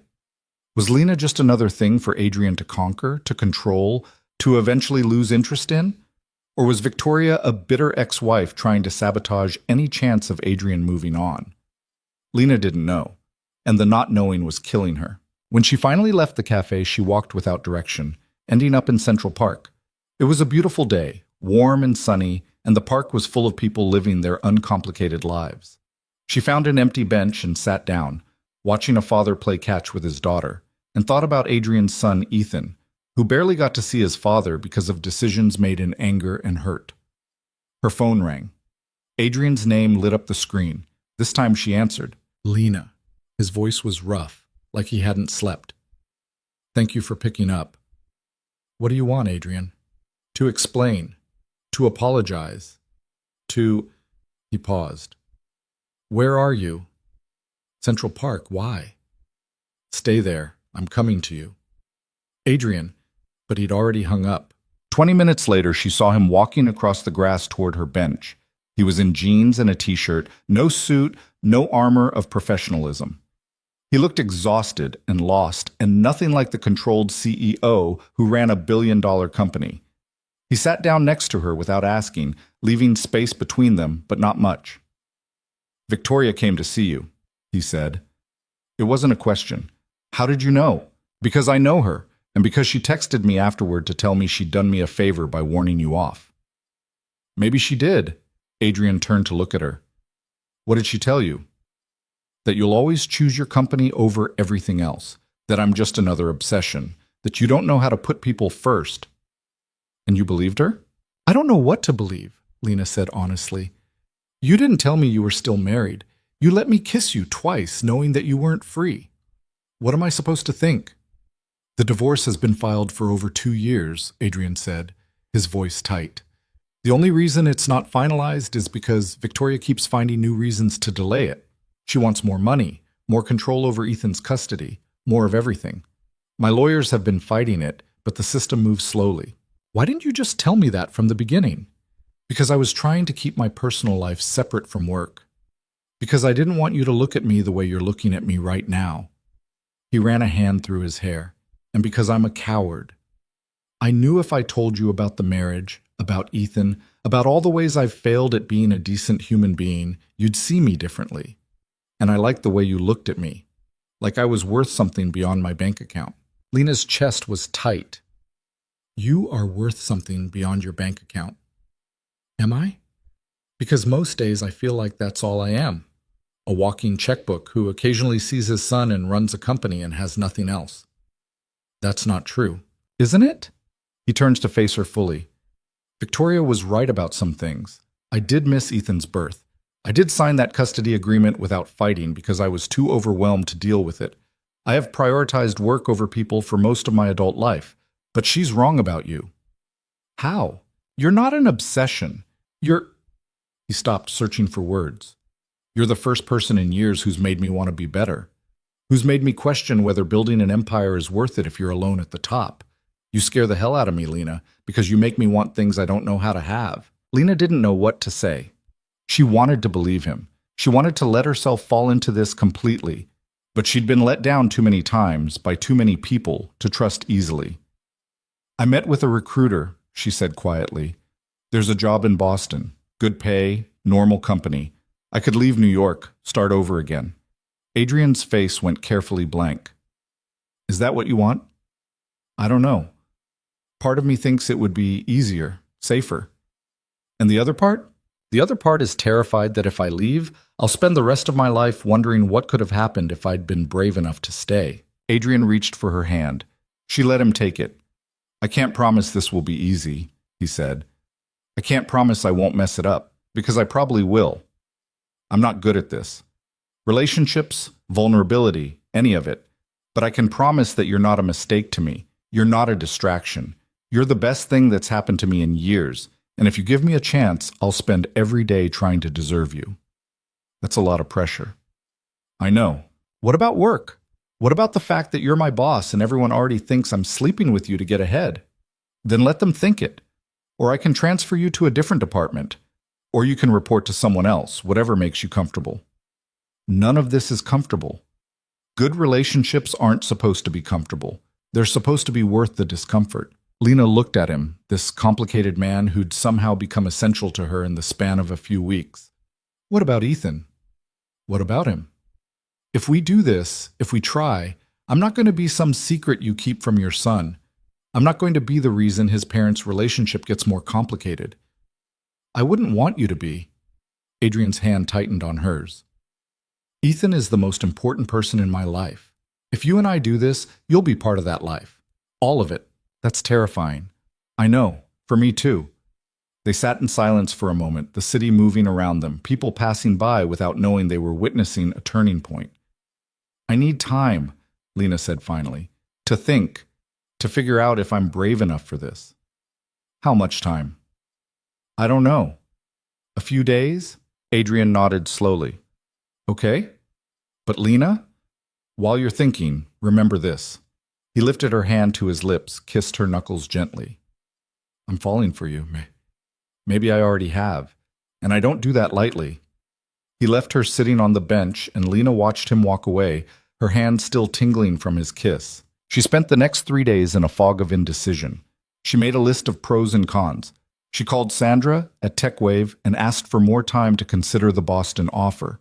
She avoided Marcus's questions and her mother's phone calls and the voice in her head that kept screaming that she was going to regret whatever choice she made. On Tuesday evening, she was heating up ramen in her sublet's pathetic kitchen when someone knocked on her door.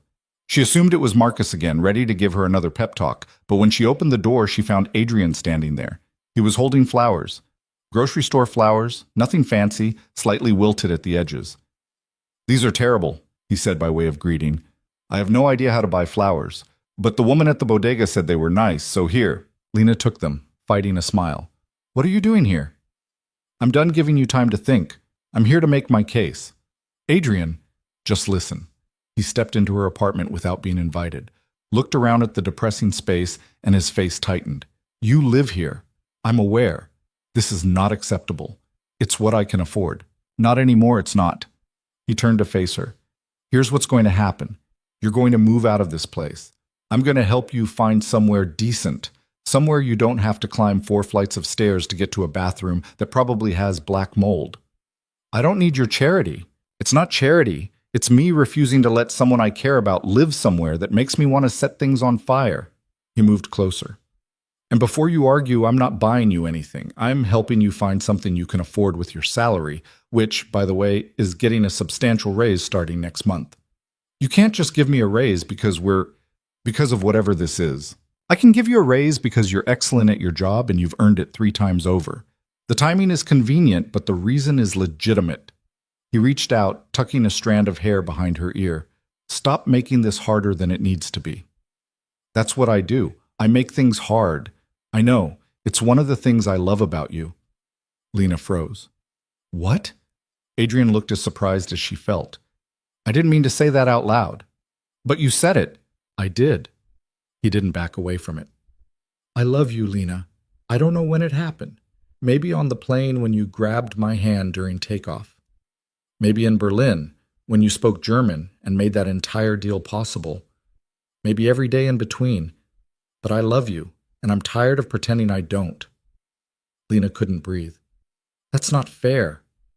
Life's not fair. You can't just show up here with wilted flowers and tell me you love me and expect that to fix everything. I'm not trying to fix everything. I'm trying to be honest. He cupped her face in his hands. I love you. I'm still technically married, even though that marriage ended years ago. I have a son who complicates everything. I work too much, and I'm terrible at expressing emotions, and I will probably drive you crazy. But I love you. And if you can find it in yourself to give me a chance, I promise I will spend every day trying to be the man you deserve. I don't need you to be perfect, Lena said, tears burning in her eyes. I just need you to be honest with me, always. No more secrets. No more secrets, Adrian agreed. Starting with this, I fired Victoria today. What? She worked as a consultant for one of our subsidiary companies. I didn't realize it until my lawyers brought it to my attention. Apparently, she's been feeding information to our competitors for months. I had legal grounds to terminate the contract, so I did. She's going to make your life hell. She was already doing that. At least now she can't do it from inside my company. He smiled slightly. She also can't delay the divorce anymore. My lawyers found evidence of her misconduct. The judge is fast-tracking the finalization. I'll be officially divorced in 6 weeks. You did all that in 3 days? I was motivated. Lena laughed, tears spilling over. You're insane. Probably. Is that a problem? No. She kissed him, tasting salt and relief, and the beginning of something that felt terrifyingly like hope.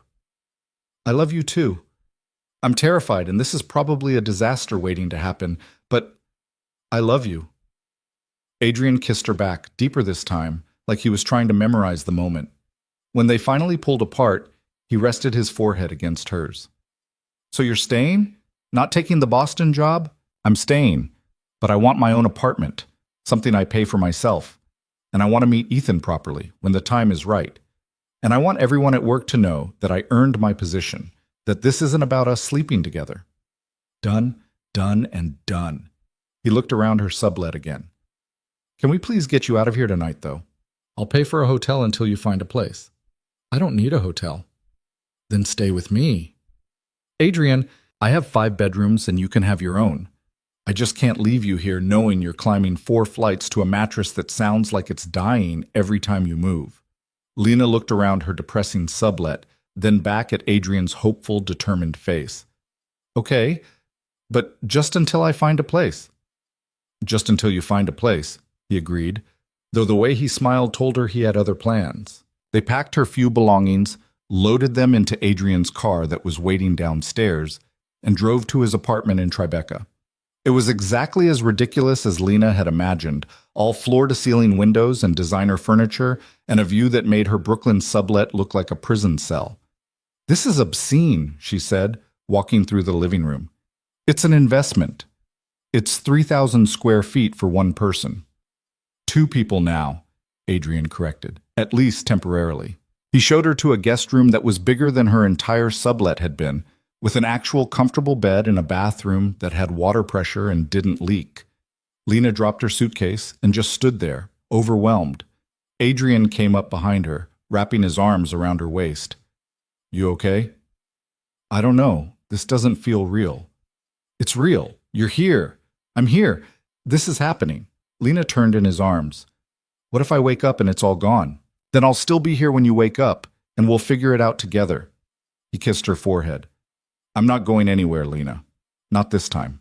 They ordered takeout and ate it sitting on his couch, talking about everything and nothing. Adrian told her about Ethan, about the custody schedule, about his hope that maybe now with the divorce finalizing, he could fight for more time with his son. Lena told him about her mother, about the town she'd left behind, about the fear that still woke her up some nights that this was all temporary and she'd end up right back where she started. That's not going to happen, Adrian said firmly. You know why? Why? Because you're too stubborn to fail, and because I'm not going to let you. Later, lying in the guest room's comfortable bed, Lena stared at the ceiling and tried to process everything that had happened. A month ago, she'd been terrified on a plane, fumbling with a seatbelt, convinced her life was over before it began. Now she was in a billionaire's apartment, in love with a man who was still technically married but fighting to fix it, starting a career she'd never imagined possible. It was messy and complicated, and nothing like what she'd planned. It was perfect. The next 6 weeks were the strangest of Lena's life. She went to work every day at Coal Industries, did her job with the same intensity she'd always had, and came home to Adrian's apartment that still didn't feel like hers, even though he kept insisting it was. They were careful at the office, maintaining professional distance, but everyone knew anyway. The rumors started immediately. I heard she's living with him, someone whispered in the bathroom while Lena was in one of the stalls. Of course she is. That's how she got promoted so fast. I mean, can you blame her? If I could sleep my way to the top, I probably would too. Lena flushed the toilet loudly, and the conversation stopped. When she came out, both women had the decency to look embarrassed before hurrying out. Marcus found her later, standing by the coffee machine and staring into space. You okay? Do you think I slept my way into this job? Lena asked bluntly. No, I think you're brilliant, and you earned every bit of it. But I also think people are going to talk regardless of what's true. How do I make them stop? You don't. You just keep being so good at what you do that eventually they'll feel stupid for doubting you. It was easier said than done. Lena threw herself into work with even more determination, volunteering for the hardest projects, staying late, coming in early. She rebuilt their entire security infrastructure from the ground up, implementing protocols that would have taken most teams months to develop. And slowly, grudgingly, people started to respect her for her work rather than dismiss her for her relationship. But it still hurt. Every whisper, every knowing look, every assumption that she was nothing without Adrian behind her. At home, things were both easier and harder. Adrian was different outside the office, softer in ways that surprised her. He cooked breakfast on weekends, terrible scrambled eggs that he was unreasonably proud of. He left her notes around the apartment, stupid things like, don't forget to eat lunch, or you left your laptop charger in the living room again. He was trying, and Lena could see the effort even when he stumbled. They fought sometimes. About work, about boundaries, about the fact that Adrian still had a habit of making decisions without consulting her first. You can't just book me on a flight to San Francisco without asking, Lena said one evening, staring at the calendar invite he'd sent. It's for the security conference. You need to be there. Then ask me if I can go. Don't just assume. I'm asking now. That's not asking. That's telling me after you've already decided. Adrian looked genuinely confused. What's the difference? The difference is respect. I'm not your employee at home, Adrian. I'm your partner. Act like it. He was quiet for a moment, then nodded slowly. You're right. I'm sorry. Cancel the flight? No, I'll go, but next time ask me first. Deal. They were learning each other, figuring out how to exist in the same space without destroying each other. It wasn't always smooth, but it was real. The divorce finalized on a Tuesday in late June. Adrian came home that evening with a bottle of champagne and a look of relief so profound it made Lena's chest ache. It's done, he said, setting the bottle on the counter. Officially, legally done. How do you feel? Free? Terrified?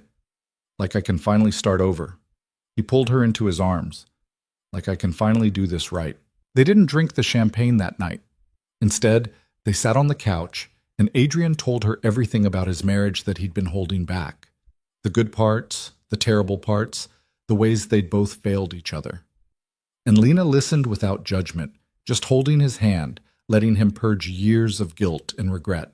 I don't want to repeat those mistakes with you, Adrian said quietly. I don't want to wake up in 5 years and realize I've chosen work over you so many times that you're gone. Then don't, Lena said simply. Make different choices. It's not that easy. It is actually. You just have to decide what matters more. 2 weeks later, Adrian asked if she wanted to meet Ethan. Lena panicked. Already? He's coming to stay with me this weekend. I want him to know you're part of my life. What if he hates me? He won't hate you. You don't know that. Kids are weird about their parents dating. Lena. Adrian cupped her face. He's 7. He likes video games and dinosaurs and mac and cheese. You're going to be fine. Ethan arrived on Saturday morning, a blur of energy and questions. He had Adrian's eyes and his mother's blonde hair, and he looked at Lena with open curiosity. Are you my dad's girlfriend? He asked immediately. Ethan, Adrian said, but Lena held up a hand. Yeah, I am. Is that okay? Ethan considered this. Do you like dinosaurs? I don't know much about them, but I'm willing to learn. Okay, you can stay. He turned to Adrian. Can we get pizza for lunch? Just like that, Lena was accepted into their small circle. She spent the weekend watching Ethan explain the difference between a T-Rex and an Allosaurus, playing video games she was terrible at, and seeing a side of Adrian she'd never witnessed. He was patient with his son, present in a way he never was at work, and watching them together made Lena fall even harder. Sunday evening, after Ethan had been picked up by Victoria, Adrian found Lena standing by the window, looking out at the city. You're quiet, he said. I'm thinking. About? About how this is the life I never thought I'd have, and how scared I am that it's going to disappear. Adrian came up behind her, wrapping his arms around her waist. It's not going to disappear. You can't promise that. Maybe not, but I can promise to fight like hell to keep it. August arrived with sweltering heat and the company's biggest product launch of the year. Lena had been working on the security protocols for months, and the pressure was immense. If anything went wrong, if there was any breach or vulnerability, it would be on her. The launch event was scheduled for a Thursday evening, a massive presentation at the company's headquarters, with investors, press, and employees all in attendance. Lena spent the week before barely sleeping, triple-checking every system, running scenarios until her eyes crossed. The night before the launch, she was still at her desk at midnight when Adrian appeared. Go home, he said. I need to check. You've checked everything twice already. The systems are solid. You're solid. Go home and sleep. What if something goes wrong? Then we'll handle it. Together. He pulled her out of her chair. Come on, I'm driving you home. In the car, Lena stared out the window at the dark streets. I don't know why I'm so nervous. I've done the work. I know it's good. Because you care. Because this matters to you. Adrian glanced at her. That's not a weakness, Lena. That's what makes you excellent. The launch went perfectly. The systems held, the presentation was flawless, and by the end of the night, Cole Industries had secured commitments worth over $2 billion. Lena stood in the back of the room, watching Adrian field questions from investors, and felt a surge of pride that had nothing to do with their relationship and everything to do with the work they'd built together. After the event, there was a celebration. Champagne, catered food, speeches from executives. Lena was standing with Marcus, half listening to him complain about one of the senior analysts, when the room suddenly went quiet. She looked up. Adrian was on the small stage at the front of the room, holding a microphone. Before we wrap up tonight, I want to say something, Adrian began, and his eyes found Lena in the crowd. 5 months ago, we hired a junior analyst who stopped a major security breach on her first week, who rebuilt our entire infrastructure, who made tonight's launch possible. Most of you know her as Lena Brooks, my security analyst. Lena's face went hot. Everyone was looking at her. What you might not know, Adrian continued, is that she's also the woman I love, and I'm done pretending that those two things are separate. The room was completely silent. There are going to be people who say she didn't earn her position, that she's here because we're together. And I need everyone in this room to hear me when I say this. Lena Brooks is the best hire I've ever made. She's brilliant, dedicated, and if anything, I'm the one benefiting from her being here, not the other way around. Lena couldn't breathe. Marcus was grinning beside her.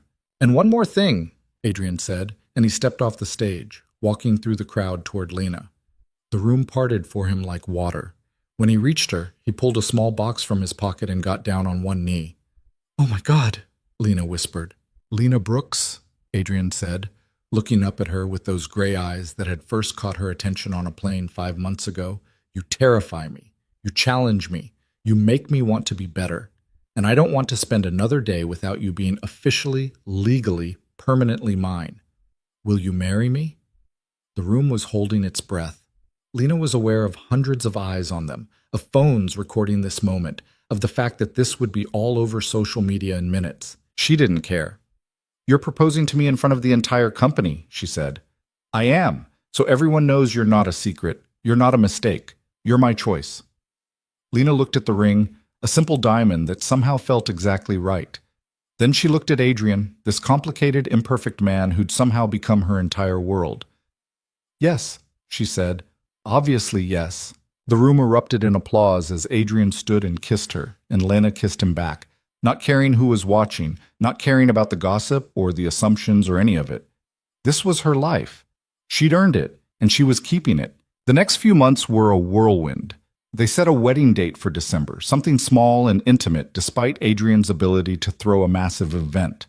Lena insisted on paying for half, even though her half barely covered the flowers, and Adrian let her without argument because he was learning that some battles weren't worth fighting. Victoria contested the engagement, trying to use it as leverage to renegotiate custody, but Adrian's lawyers shut it down fast. The divorce was final. The custody agreement was adjusted to give Adrian more time with Ethan, and Victoria eventually backed off when she realized she was fighting a losing battle. Lena found her own apartment in September, a one-bedroom in Greenwich Village that she could actually afford with her salary. She lived there for exactly 3 weeks before Adrian convinced her to give it up and just move in with him officially. "You're paying rent on a place you never sleep in," he pointed out. "That's stupid. It's my safety net. I'm your safety net. That's not the same thing. Then keep it. But admit you're only keeping it because you're scared, not because you need it." He was right. She was scared. Scared that if she gave up her own place, she'd lose the last piece of independence she had. Scared that if things fell apart, she'd have nothing to fall back on. But she was tired of living scared. She gave up the apartment. The wedding was planned for the Saturday before Christmas at a small venue upstate with just 50 guests. Lena's mother flew in from Missouri, overwhelmed by everything and trying to hide it. Ethan was going to be the ring bearer, a job he took very seriously. Marcus was somehow in charge of the music, which worried everyone. 2 days before the wedding, Lena had a minor breakdown in Adrian's apartment, surrounded by last-minute details and seating charts. "I can't do this," she said, staring at the mess. "Can't marry me or can't deal with the wedding planning?" Adrian asked calmly. "The second one. Maybe both, I don't know." He took the seating chart out of her hands. "The wedding planner will handle this. You just need to show up and say yes. Can you do that?" "What if I'm making a mistake?" "Are you?"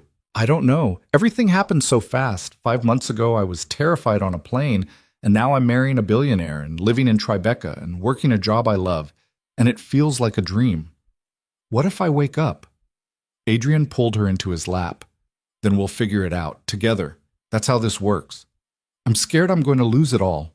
"You're not going to lose it. But even if you did, you'd rebuild. That's what you do, Lena. You survive, you adapt, you fight." He kissed her forehead. "But you're not going to have to do it alone anymore. I'm here. I'm not going anywhere." The wedding day arrived cold and clear. Lena stood in a small room at the venue, wearing a simple white dress that she'd bought on sale and altered herself, staring at her reflection in the mirror. Her mother stood behind her, fixing her hair. "You look beautiful," her mother said quietly. "I look terrified." "You look happy. That's better than beautiful."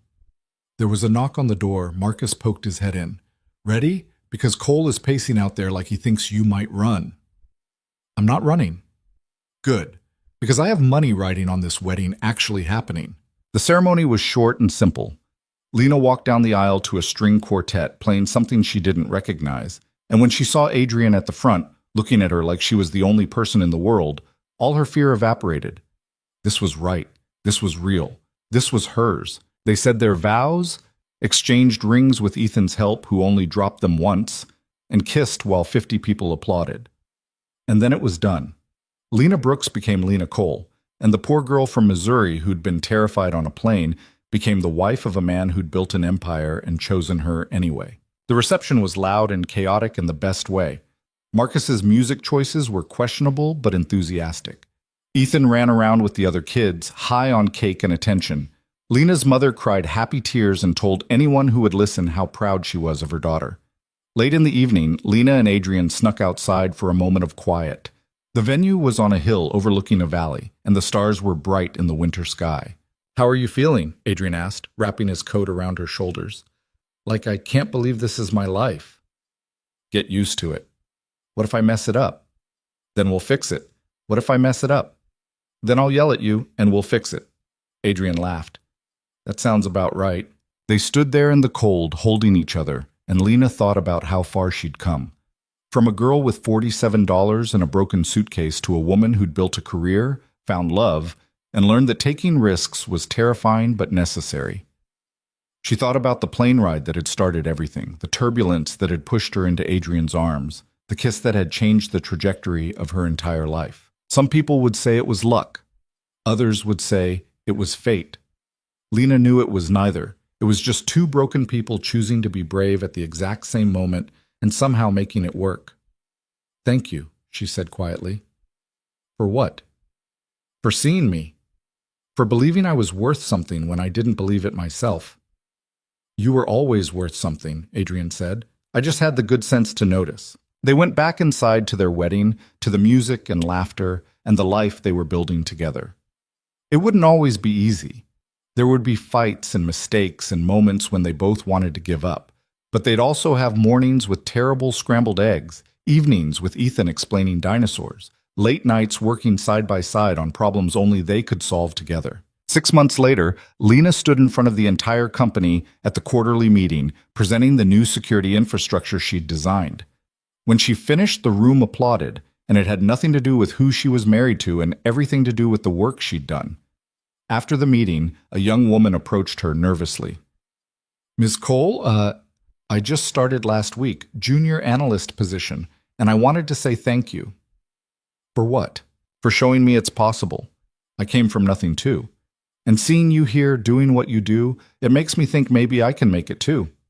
Lena looked at this girl who reminded her so much of herself just months ago and smiled. "You can. Just work hard, be brave, and don't let anyone convince you that you don't belong here. Even when they talk, especially when they talk, make them eat their words by being undeniable." The girl nodded, eyes bright with determination, and walked away. Adrian appeared at Lena's side. "Giving advice to the new recruits?" "Trying to. She reminded me of me. Terrified and brilliant?"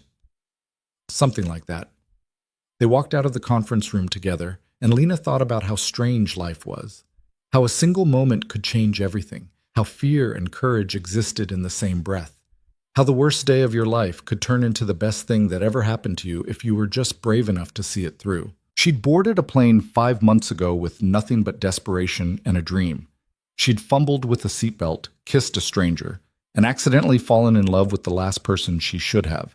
And now she was here, building a life that terrified her and thrilled her in equal measure. It wasn't perfect. She and Adrian still fought about work-life balance. Ethan still missed events because of Victoria's schedule. The gossip at work still stung sometimes. Lena still woke up some mornings convinced this was all temporary, that she'd blink and find herself back in that depressing sublet with nothing to her name. But then Adrian would bring her terrible coffee in bed, or Ethan would ask her to help with his dinosaur project, or a coworker would come to her with a problem because they trusted her expertise, and she'd remember that this was real. She'd earned it, and she was allowed to keep it. On a Friday evening in early summer, exactly 1 year after that first terrifying flight, Lena and Adrian sat on their balcony watching the sun set over Manhattan. Ethan was with them for the weekend, currently inside playing video games and eating pizza. "Do you ever think about that plane ride?" Lena asked. "Every day," Adrian admitted.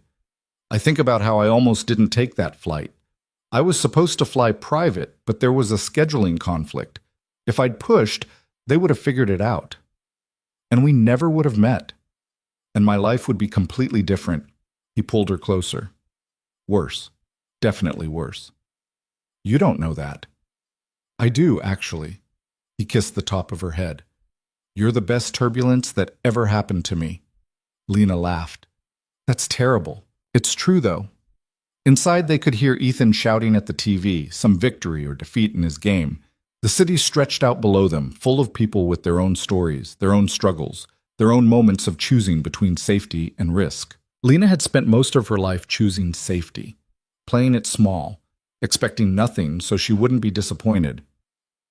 And then one day she'd gotten on a plane she couldn't afford, taken a job she wasn't qualified for, and fallen in love with a man who should have been completely out of her league. She'd chosen risk, and risk had chosen her back. I love you, she said quietly. I know, Adrian said. I love you too. Even though I'm a disaster? Especially because you're a disaster. You're my disaster. They sat there as the sky turned purple and gold, as the city lights began to flicker on, as their life continued to unfold in ways neither of them had planned, but both of them had chosen. And Lena realized that maybe perfect landings weren't about everything going smoothly. Maybe they were about finding someone who'd help you navigate the turbulence, who'd hold your hand when you were terrified, who'd kiss you when the world felt like it was falling apart. Maybe perfect landings were just about finding your way home, even when you didn't know that's what you were looking for. And Lena had found hers.